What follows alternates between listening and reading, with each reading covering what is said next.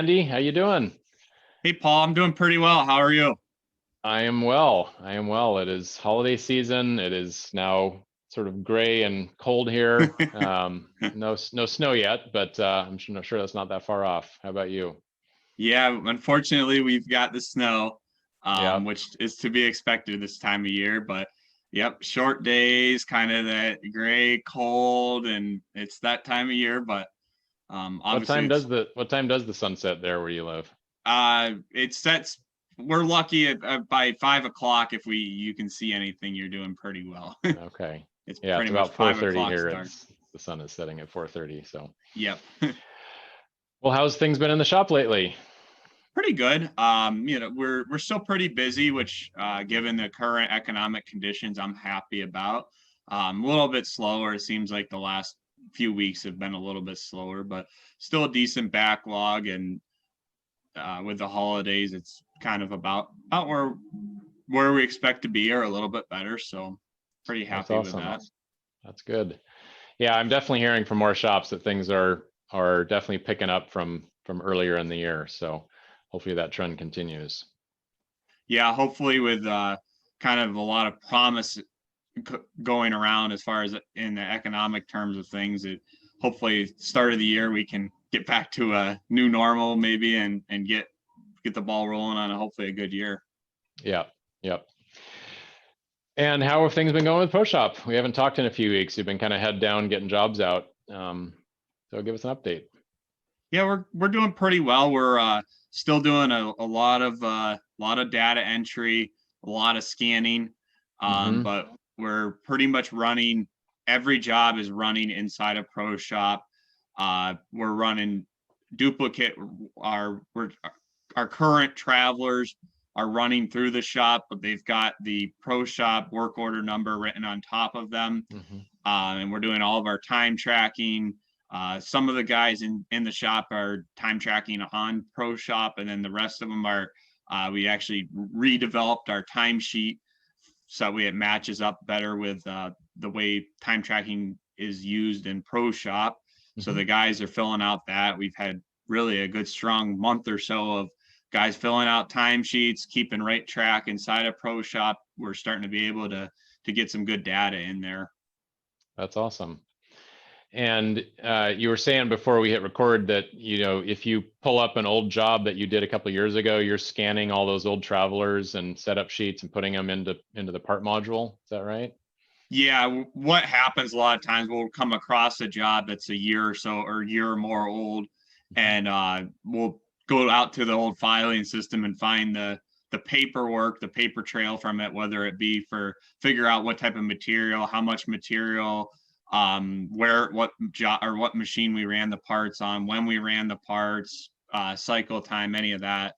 Right. Most of the time we're just crossing our fingers that what we need is actually on the paper trail, but even if we even at nothing else, we find the initials of the operators. At least you can pretty much assume where the parts got machined. So Okay. once we've kind of always been go out and find that paperwork, and then maybe use it to quote or use it to kind of plan for the rerun of the parts. But now it's like, well, we've got that out and about. We're actually scanning it in and putting it inside the part level. So we have it for a reference now and moving forward. Nice, nice. Yeah, that gets all that old historical stuff in there, and hopefully someday you can get rid of all those file cabinets. Yeah, exactly. I mean, if nothing else, it just saves a lot of time. Job I know I did last week was a Swiss machine job, and we'd run the part before, and the customer wanted to know a price at an increased quantity, and outside of maybe trying to find my old quote sheet, which was just a good guess as to what the cycle time would be. But thankfully, I was able to go out and find the work order and find the cycle time and put it right inside of Pro Shop. So I've got that moving forward along with the setup sheet and everything else. So very cool. Awesome. Saves me time. Yeah, well, that's the whole name of the game, is save you time and save everyone time. Are there any things you want to show us today? Any stuff you think would be interesting, or? I don't have a whole lot on the computer that I think that I really could show. Okay. But we're really starting to hit our stride with it, and we're starting to see. I know one of the areas that I'm finding very beneficial from my standpoint is from purchasing Mm, materials. What used to be a process of, okay, we need material for this job, go and pull up the print quick, figure out material and figure out how many pieces, because who knows if our work order was even accurate.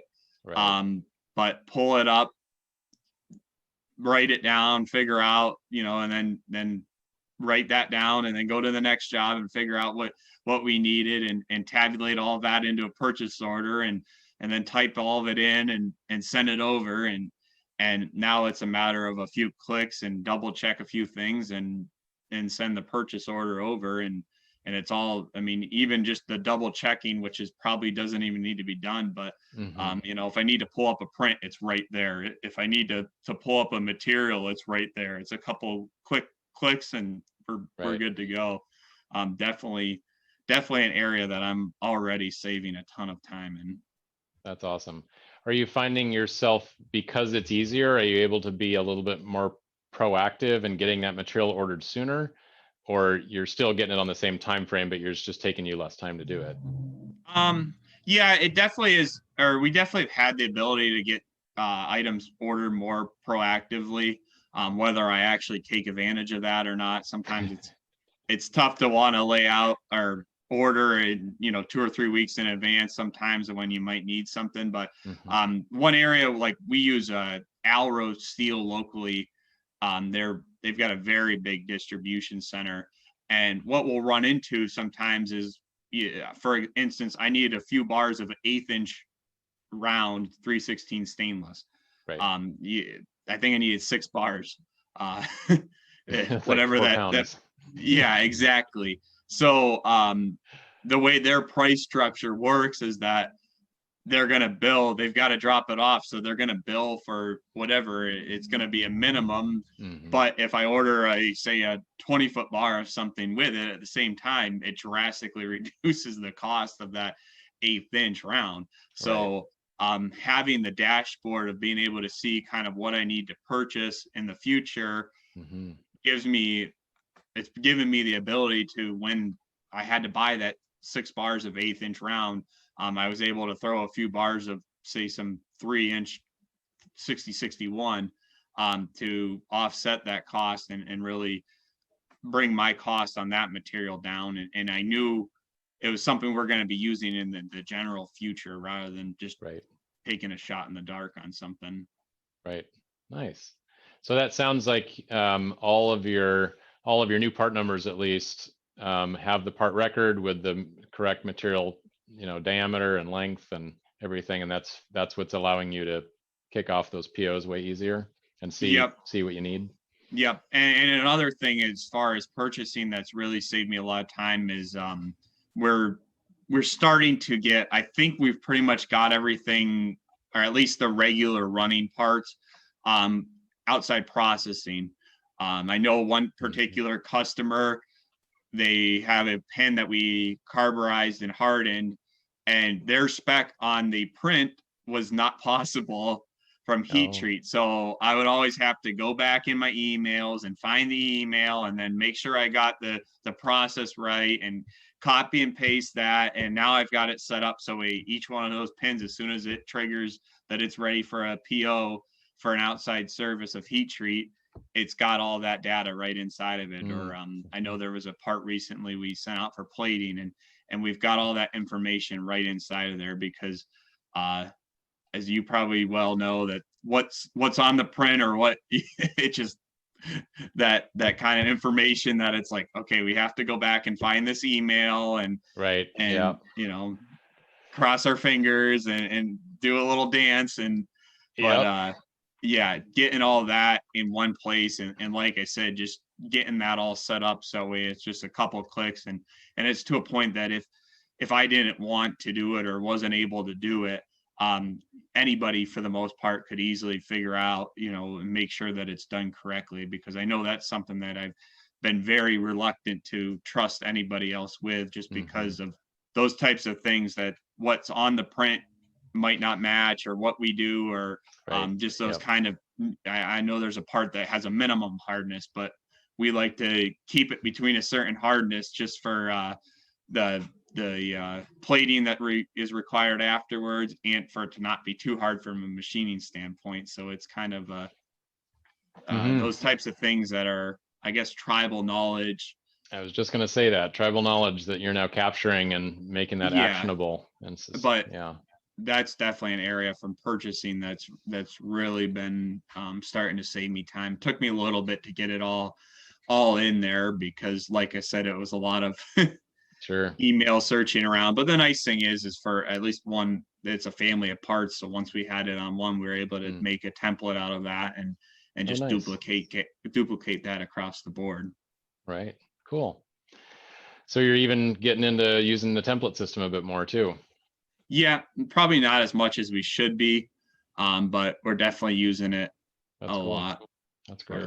As much as we can. Right on. Well, cool. Anything else you want to share about new insights or progress or wins? Really neat with the time tracking. We've got all of our times are getting entered into ProShop one way or another. Some of the guys are actually entering them in themselves. Some of them they're turning in a timesheet and we're entering them in. Yep. But it's nice being able to see it when you get done with a job, have that information right there and available to see whether a quick report about whether or not we lost money or made money on the job. So it's, and not having to kind of sit here and pull out the calculator and add up time, and just having it live time for the most part as soon as we ship something. Some of it's not 100% accurate just yet, but at least it's giving us a good idea, and we can click on, we still have to kind of fine tune our costs, our labor hours and our labor rates, but yeah, it's nice. I was just going to ask that question. Have you gone into the pages where you can uniquely set, the burden rate on each of your machines? So that we've been tinkering with that a lot the last week or so.